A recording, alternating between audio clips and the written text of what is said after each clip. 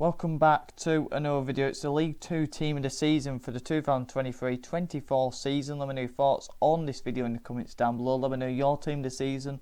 Correct me if I'm wrong. How many have I got right? How many have I got wrong? Just let me know your team. Basically, if you're a Bradford City fan, like I'm pretty sure 99% of you will be, let me know how many Bradford City players should be in, and let me know if you think I've got it right on a few of these as well, if you're not a Bradford City fan. So, who's my goalkeeper in this team this season? For me, it's between, there's a few. Arthur Okonkwo from Wrexham has been a very solid, very good League 2 goalkeeper this season, keeping a lot of clean sheets, a lot of good saves. He's had a few mistakes in him as well this season. So for me, for the amount of mistakes, he don't get it. I think there's a few better. Christy Pym as well has had a very solid season for Mansfield, but I don't think he's good enough in commanding his box for me. I like a taller keeper than him, but again, he's had a very comfortable season for Mansfield, a big part of their back line. But the two were between were Corey Adai. I think we've all seen what he's done in the playoffs at Crawley, playing as a right back in goal. I think his distribution, his composure on the ball is something to be admired. But he has got a mistake or two in him. Good shot stopper, but he has got a couple of mistakes in him. So for me, it's got to go to Ben Hinchliffe. He's been at Stockport for many seasons now, played a massive part in their promotions, and you don't get many better shot stoppers than Ben Hinchliffe. And he's been an outstanding keeper this season. Many of great saves, some penalty saves as well in there, and all round rock solid is a goalkeeper as you're going to get. Distribution probably not one of the best in the league, but still comfortable with the ball at his feet. Now the back line, I've gone with a three at the back. I've gone with a three, we'll call it a 5-1-3-1. It's not a formation that you're familiar with, because I'm not. I don't think I've ever seen the formation, and the players that have gone in the formation as well is questionable, and I'm sure you'll whip me in the comments for it. But I've gone with how to get the best creative attacking flair that's in League 2 to offer into a team, whilst also having a very rock solid defence. And rock solid defence I've gone with. So the three defenders I've gone with, I'm a bit concerned with pace, but we'll get straight into it with Mickey Dimitriou as sort of the left-sided centre-back, if you like. He's been a rock at the back for Crewe this season. Crewe have been brilliant defensively. He's been at the heart of that. Gets his body on the line, real gritty defender. Hasn't been too bad on the ball either, as we saw in the playoffs. The first leg made a massive mistake against Doncaster, but the second leg, that was more of what you saw throughout the season of Dimitriou, rock solid, getting his body on the line, aerially dominant, and being a real leader in the back line of a very young Crewe Alexander team. So he's been absolutely sensational at the back for Crewe this season, commanding presence as ever. And then two other very commanding presences as well. Aidan Flint at Mansfield has a fantastic season there, playing alongside Brunt, who's a quicker, more composed player on the ball, wants to get the ball down. He's got a very good left foot on him for a centre back, and that's been a real good balance for Mansfield. But Aidan Flint in the air has been so unbelievable in terms of dominating his opponents, as you'd expect from Aidan Flint. A great addition, added key experience to their back line, and has been an integral part of their promotion in that back line. And Fraser Horsfall as well, keeping with Stockport, he's been a consistent player throughout their title-winning campaign. Has had a couple of good seasons now at Stockport, really good at Northampton, but this season as a whole, again, like any other season for Fraser Horsfall, as you've come to expect from him, he's going to be unbelievable aerially. He's going to dominate and bully his strikers that he's up against. Again, pretty composed on the ball as well. Ain't the most comfortable on it, but likes to play good switches to play. So yeah, he's been a rock at the back again. And I think the key part of those three players they're all rocks at the back. They're all reliable, dependable players who have been integral to all their team's successful seasons this season. Players who've missed out in that position, Brunt from Mansfield was a close call. Cargill, I know he's played left back, but predominantly a centre back if you wanted to squeeze him in.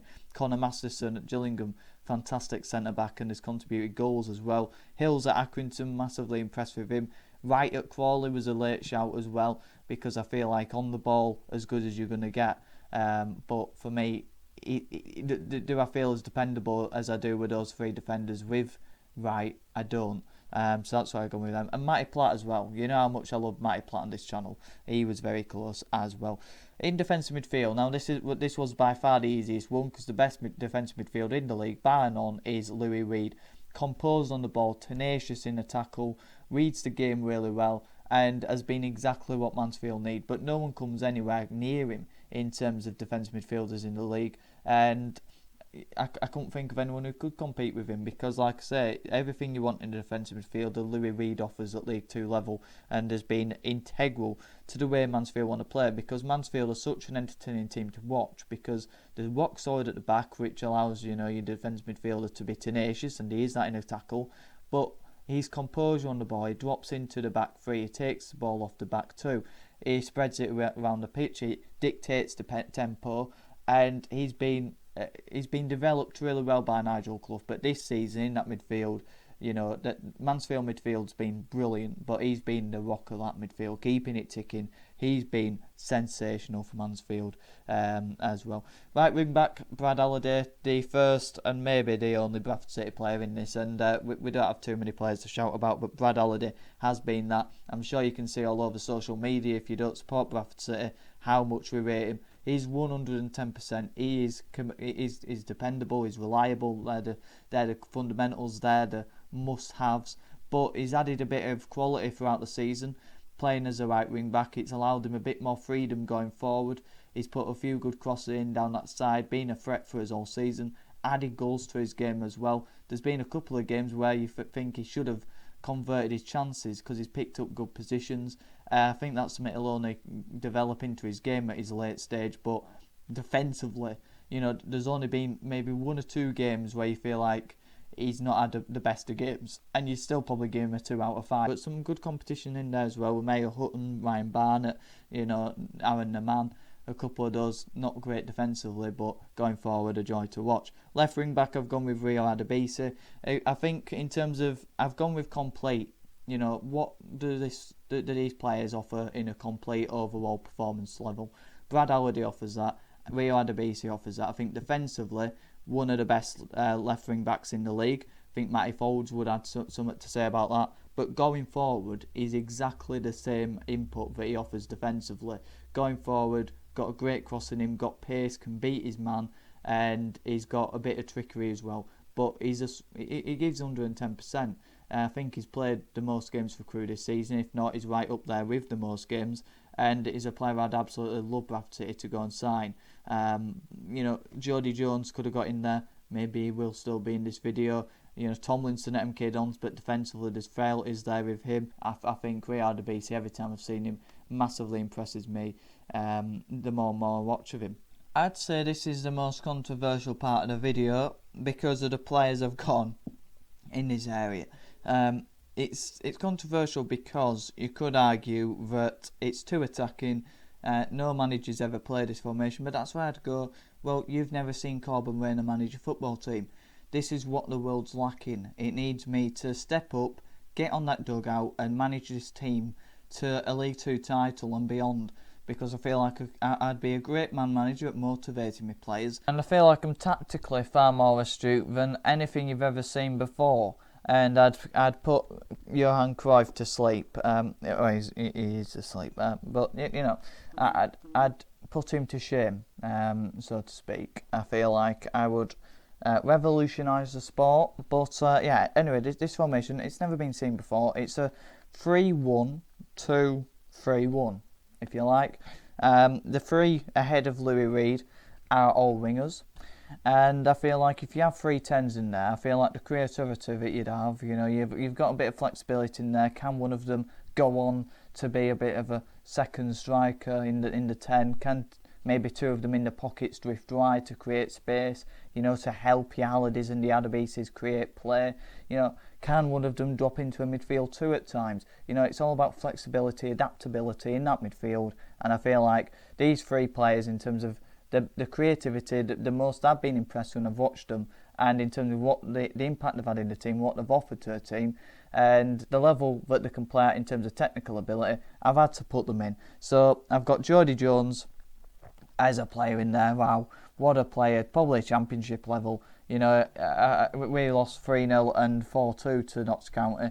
And, you know, I'm having nightmares of Jody Jones off that game. He ripped us to smithereens. And I've watched him over other games as well, and he glides with the ball so effortlessly. And to have been playing as left wing back, I think that's criminal, to be honest with you. But when he's played further up the field, he's played just as well. But I've got to fit him in the team, and I just feel like as a 10, he would flourish. Rob Apter at Tranmere now doesn't really get the plaudits as an Elliot Lee might, you know, one of those Wrexham players, and a few others as well. I feel like, you know, he doesn't really get put into that same category that he should be, and I feel like he should be in many more team this seasons. The goals he scored, the quality of chances created, you know, he can have a poor game and then all of a sudden he turns up with a great moment, and he's been integral to Tranmere's surge up the table. And, you know, if Adkins and Apter were, you know, right with each other from the beginning, from the first game of the season, I think there'd be playoff certs, to be honest with you. He'll be at League One level at least next season, because, like I said, the player that he has shown to be technically at Tranmere is far and away up there at the top end of League Two. He don't get the credit he deserves, and so for that I've had to put him in my team. And then Kelly Dunn. You can't have a team this season without Kelly Dunn in it, because, again, talking about impact, the technical ability, the goals he scored, very similar to Rob Apter, but he's been playing in a team that have been flourishing at the top end of the table and have built the team around him very much so. But you've still got to play to those standards. You've still got to produce week in, week out. You've still got to be available week in, week out, and you've still got to be adaptable as well and playing different, you know, sorts of roles in that attacking third. And that's what he's done. Davis Kelly has done. He's been an unbelievable player to watch, an exciting player to watch, and fully deserves to be in this team this season. And has been probably, if not the sole reason, but the key reason to why Mansfield have got out of League Two. So that's the third Mansfield player in this video, and it is the last. And then up front, there's so many players who I could have gone with. You know, Matt Smith's had the goals. Andy Cook from Bradford City's got the goals and the assists to go with his performances, but I think he's got a 13% goal conversion rate, which shows he's had a lot of chances that he hasn't took. Olarafe has been great. Will Evans for Newport. Macaulay Langstaff, the top goal scorer in the league. Paddy Madden. I were even thinking putting Davis Kelly done there and having another attacking player, maybe an Elliot Whitley or an Adelakan. But I've gone with the obvious, the boring, the bland, the ham sandwich and the ready salted crisp with the water refreshment. I've gone with Paul Mullin, and I hate myself for doing it. He's got 24 goals, 4 of them being penalties, 6 assists. He's an S-house, you know, but he'll press the life out of the defenders. He's got a 21% goal conversion rate as well, which is pretty damn good. I don't like saying that. I put an American twist on things, you know, to make them feel at home. You know, I don't think any American would feel at home in Bradford, to be honest with you. And when you're looking at a striker who you can depend on and can fit in that system as well, I think Paul Mullin would work very well in my system. So many players this season who could have got into my League Two team this season, because I feel like it has been the best League Two team, the best League Two season, for the technical ability on show, the different varied styles of play, the drama at the top and the bottom of the table, maybe not in the automatic places, but certainly in the playoffs. You know, throughout the season there's been ups and